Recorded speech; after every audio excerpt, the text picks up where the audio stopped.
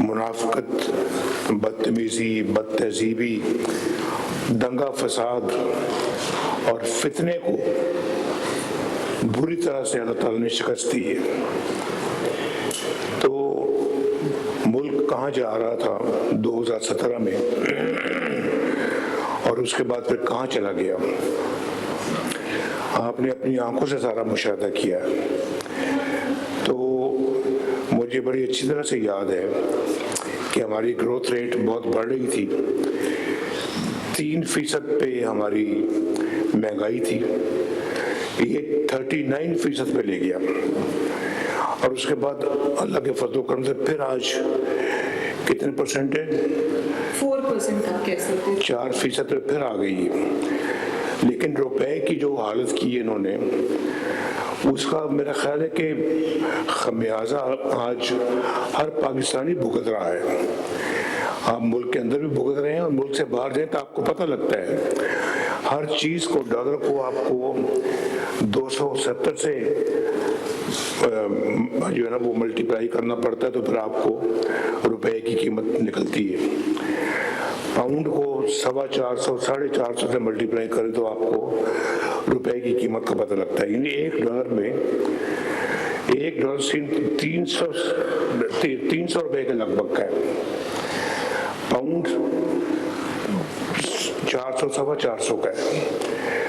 اور یہ اپنا بیٹھے ہیں ہمارے محترم سعودی عرب سے ہمارے جی آزاد تبسم صاحب، ان کو پوچھیں کہ آج درہم کا اور اس کا سعودی ریال کا کیا ریٹ ہے۔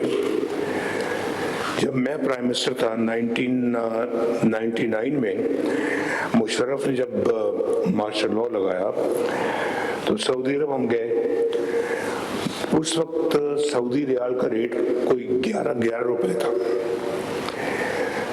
اس وقت، اس زمانے میں، اور آج کتنا ہے تقریباً 78 بتائیں۔ اور درہم کا بھی یہی حال تھا۔ تو بہت تباہی پھیلی ہے ہمارے جانے کے بعد لوگوں نے اس ملک کے اندر، اس ملک کا ستیہ ناش کر کے رکھ دیا۔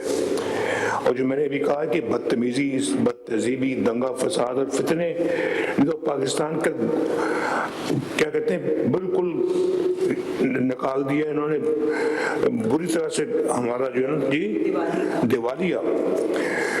اور پھر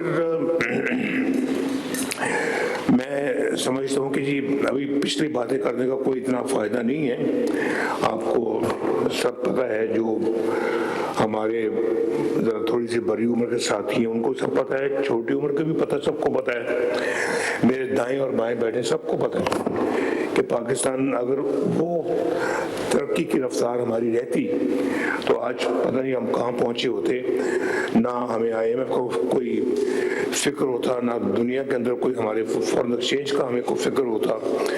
ہمیں تو آج کل یہی فکر دے کے بیٹھ گئے ہیں کہ ہمارے ریزروز کتنے ہیں، IMF ہمیں یہ کرنے دے گا یا نہیں کرنے دے گا، تو ہم خود کئی فیصلے خود نہیں کر سکتے۔ بہت سارے فیصلے ہمارے یعنی کہ غیروں کے ہاتھ میں، اور غیروں کے ہاتھ میں انہوں نے دیے ہیں، ہم نے نہیں دیے، انہوں نے دیے۔ جو پاکستان کا جو حال تھا 2017 میں، 2018 میں، 18 سے لے کے پھر 22 تک کیا ہوتا رہا پاکستان میں، وہ ساری ذمہ داری ان کے سر ہے۔ تو لوگوں نے میرا خیال ہے کہ جو ووٹ دیا وہ آپ کو کارکردگی کی بنا پہ دیا ہے، آپ کے کام اور آپ کی محنت پہ بل بوتے پہ دیا ہے۔ میں شہباز شریف صاحب کو اور مریم نواز شریف صاحبہ کو شاباش دیتا ہوں کہ ماشاءاللہ انہوں نے بہت محنت سے کام کر کے دوبارہ وہ مقام حاصل کرنے کی کوشش کر رہے ہیں جو کہ ہم نے کھو دیا تھا۔ یہ صحیح بات ہے، اور یہ بڑا مشکل کام ہے، بڑا جان جوکوں کا کام ہے یہ، کہ اس کو واپس پاکستان کو اس جگہ پہ لانے کی کوشش کر رہے ہیں۔ اللہ تعالیٰ ان کی کوششوں کو کامیاب کرے، اور ہم نے سب نے مل کے ان کا ہاتھ بٹانا ہے، شہباز شریف کا بھی ہاتھ بٹانا ہے، مریم کا بھی ہاتھ بٹانا ہے۔ اور 1.5 سال میں ماشاءاللہ ایک عوامی خدمت کا ایک ریکارڈ قائم کیا ہے، اکانومی کو گڑھے سے پھر باہر نکالا ہے، اور یہ کہتے ہیں پاکستان ٹیک آف پوزیشن پہ آ گیا، ٹیک آف کر چکا ہے اللہ کے فضل سے، اڑان بھر چکا ہے پاکستان ماشاءاللہ، اب اس نے اوپر جانا ہے اللہ کے فضل و کرم سے۔ تو ڈیفالٹ سے ملک کو نکالا ہے، ڈیفالٹ سے بچایا ہے، بینکرپسی سے بچایا ہے پاکستان کو۔ ہماری تو اقتصادی دیوالیہ پن ہو چکا تھا، اخلاقی دیوالیہ پن ہو چکا تھا، معاشرتی اور معاشی دیوالیہ پن ہو چکا تھا، بلکہ انسانیت کا یہاں پہ دیوالیہ پن کر دیا گیا تھا۔ بڑے چھوٹے کی کوئی تمیز تفریق نہیں تھی، نہ کوئی بڑوں کا ادب تھا، نہ کوئی چھوٹوں کا پیار تھا۔ پتہ نہیں شاید کرکٹ کھیلنے آئے تھے، وہی کھیلتے رہے یہاں پہ 5 سال، افسوس ہے اس بات کا ہے، اور بڑے چھوٹوں کا احترام ختم کر دیا انہوں نے۔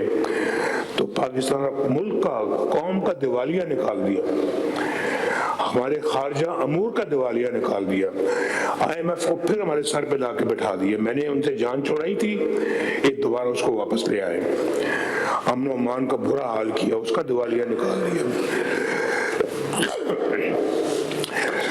تو اور پھر غریب لوگوں کا دیوالیہ نکال دیا۔ میرٹ تو کہیں دیکھنے میں نہیں ملتا تھا ان کے زمانے میں۔ تو اب اللہ کے فضل و کرم سے دوبارہ جو ہے نا وہ سب چیزیں بحال کرنے کی کوشش ہو رہی ہے، اور میں یہ سمجھتا ہوں کہ یہ عمران خان صرف اکیلا مجرم نہیں تھا، اس کو لانے والے بھی اس سے بڑے مجرم تھے جو اس کو لے کے آئے، اور ان سے بھی پورا ان کا حساب لینا چاہیے۔ ان کا بیانیہ آپ اچھی طرح جانتے ہیں، اور ان کا بیانیہ کیا تھا؟ چور ڈاکو کہتے تھے، خود چوری ڈاکے میں سب سے آگے، ساری داستانیں سامنے آ رہی ہیں، آپ کے پوری قوم کے سامنے آ رہی ہیں، اور پھر لڑائی جھگڑا، فتنہ فساد، الزام تراشی، گرہبانوں کو پکڑتے تھے، جلا دو، مار دو، پکڑ لو۔ کیا اس طرح کے بیانیے میں قومیں ترقی کرتی ہیں؟ آپ ذرا بتائیں، سوچیں مجھے کہ اس طرح کے ماحول میں کون سی قوم جو ترقی کرتی ہے؟ لیکن آج اللہ کے فضل و کرم سے مریم کے یہاں پہ پنجاب کے اندر 1,20,000 نئے گھر بن رہے ہیں غریبوں کے، اور ان کو گھر مل رہے ہیں، بن رہے ہیں، اپنی چھت اپنا گھر اسکیم کے تحت۔ لوگوں کو پھر مفت دوائیں مل رہی ہیں دوبارہ نئے سرے سے، جو شہباز شریف صاحب نے شروع کی تھی اس کو انہوں نے پھر آ کے بحال کیا، انہوں نے کینسل کر دیا آگے، اور پھر لوگوں کا، غریبوں کا مفت علاج معالجہ بھی ہو رہا ہے، اور پھر نئے ہسپتال شروع کر رہے ہیں، اور اسٹوڈنٹس کو لیپ ٹاپ مل رہے ہیں، اسکالرشپس مل رہے ہیں اللہ کے فضل و کرم سے، اور ستھرا پنجاب ماشاءاللہ اپنا کام دکھا رہا ہے، گرین بسیں ہر ضلع میں، ہر شہر میں انشاءاللہ پہنچ رہی ہیں۔ ابھی تو آغاز ہے، ابھی تو اگلے 3 سالوں میں انشاءاللہ تعالیٰ اس سے بہت آگے جائے گا کام۔ تو پاکستان کا، پنجاب کا امن و امان بڑا بہتر ہو گیا ہے، اور اب لوگ اپنے آپ کو کافی حد تک محفوظ محسوس کرتے ہیں، لوگوں کو راشن کارڈ مل رہے ہیں، اور پھر یہاں کوئی مذہب کی تمیز تفریق نہیں ہے، دوسرے مذاہب کے لوگ بھی ماشاءاللہ، ان کے بھی جو ہمارے بھائی بہن ہیں ان کے لیے بھی کام ہو رہے ہیں، اور سیلاب میں لوگوں نے، حکومت نے بہترین کارکردگی کا مظاہرہ کیا۔ انہوں نے کہا جی ہم الیکشن کا بائیکاٹ کریں گے، وہ سارا بائیکاٹ آپ کے سامنے ہے، جس میں اب وہ بائیکاٹ کیسا بائیکاٹ ہے جس میں ایوب خان کی بہو اور عمر ایوب کی بیوی جو ہے وہ خود الیکشن لڑ رہی ہے اور کہتے ہیں بائیکاٹ ہے۔ کیوں جی؟ اپنا چودھری صاحب کی بائیکاٹ ایسا ہوتا ہے جی؟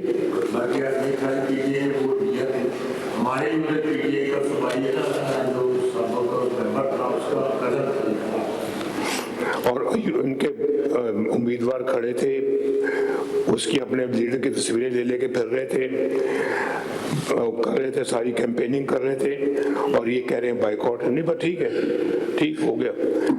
تو وہ اپنا مجھے آپ بتائیں کہ ہری پور میں جو ہمارا پنجاب کے صوبے سے باہر ہے جس کے یہ ممبر بیٹھے ہیں یہاں پہ ابھی الیکٹ ہوئے ہیں, میں آپ سب کو دل کی گہرائی سے مبارکباد پیش کرتا ہوں.